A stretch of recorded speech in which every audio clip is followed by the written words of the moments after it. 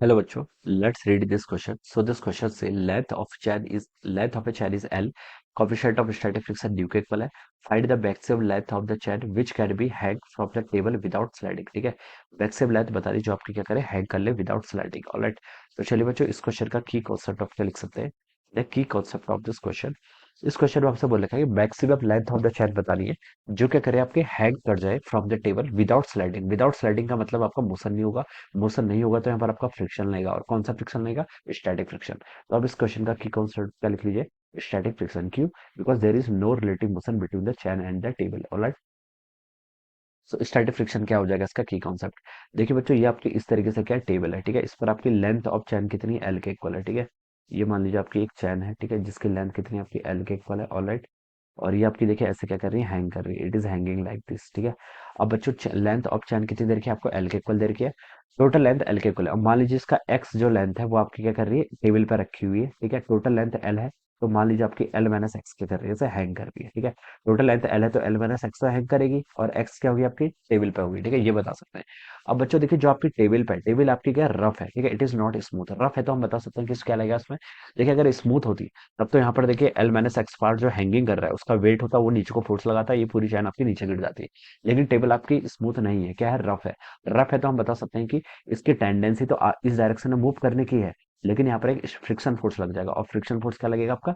Static friction force, क्योंकि ये आपके मोशन को अपोज कर रहा है. ठीक है, और स्टैटिक फ्रिक्शन फोर्स देखिए किसके इक्वल होता है? स्टैटिक फ्रिक्शन फोर्स होता है आपका, इसके हम एग्जैक्ट वैल्यू तो नहीं बता सकते, लेकिन क्या बता सकते हैं? इक्वलिटी या फिर इसकी मैक्सिमम वैल्यू बता सकते हैं. किसके इक्वल होती है आपकी?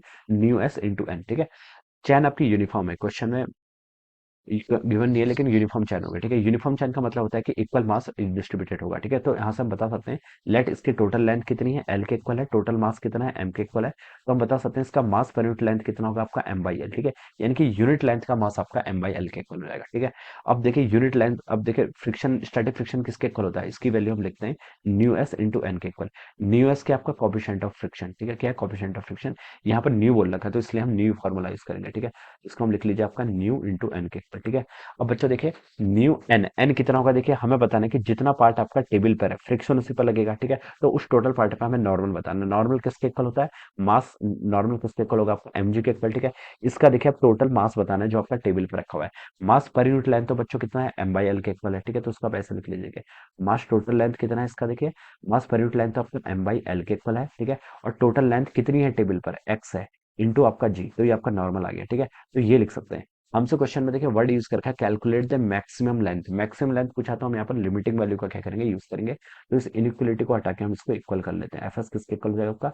न्यू टाइम्स आपका एम बाई एल और एक्स इंटू क्या हो जाएगा? जी. ठीक है, तो ये आपका स्टैटिक फ्रिक्शन क्या है? यहाँ से हम लिख सकते हैं ये आपके यहाँ पर था maximum value. Maximum static friction आपका इतना होल्ड कर सकता है. ठीक है, ये हम यहाँ पर ऐसे बता सकते हैं. ऑलराइट, अब देखिए बच्चों, नीचे को देखिए आपका जो हैंगिंग पार्ट है उस पर आपका एम जी लगेगा. एम जी लगेगा, क्या लगेगा? M G.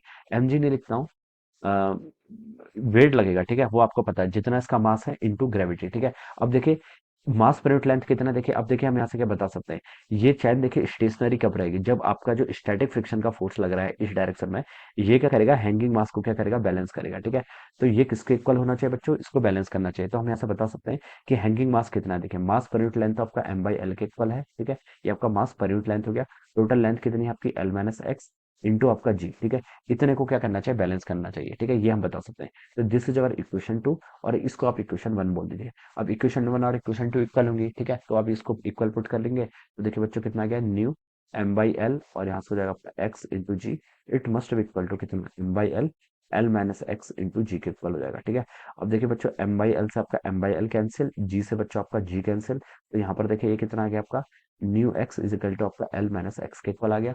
आपको यहाँ पर इसके बताना है मैक्सिमम लेंथ बतानी है. ठीक है, पहले आप यहाँ से एक्स की मैक्सिमम लेंथ बतानी है ना, जो पहले यहाँ पर आप देखिए एक्स की वैल्यू कैलकुलेट कर लीजिए. एक्स देखिए कितना हो जाएगा? न्यू एक्स माइनस एक्स को लेफ्ट साइड लेके जाऊंगा तो न्यू एक्स प्लस एक्स हो जाएगा. एक्स को कॉमन ले लूंगा तो one plus mu, it should be equal to L. So from here x की वैल्यू कितनी होगी आपकी? L divided by one plus mu के इक्वल. ठीक है, तो ये तो आपका एक्स आ गया. ठीक है, एक्स क्या था? जो पार्ट आपका टेबल पे है, लेकिन क्वेश्चन में हमसे बोल रखा है maximum length of the chain which can be hang. Hang वाला पार्ट क्या है? L minus x. ठीक है, तो आप इसको कैलकुलेट कर लीजिए. एल माइनस एक्स, एक्स कितना आपके यहाँ से? L divided by one plus new, तो इसको सॉल्व कर लीजिए. तो एल को आप कॉमन कर लीजिए, ठीक है। 1 + न्यू -1 करेंगे तो आपका सिंपली न्यू हो जाएगा, डिवाइडेड बाय कितना हो जाएगा आपका 1 + न्यू, ठीक है। तो ये इसका आंसर आना चाहिए, new L divided by 1 + new.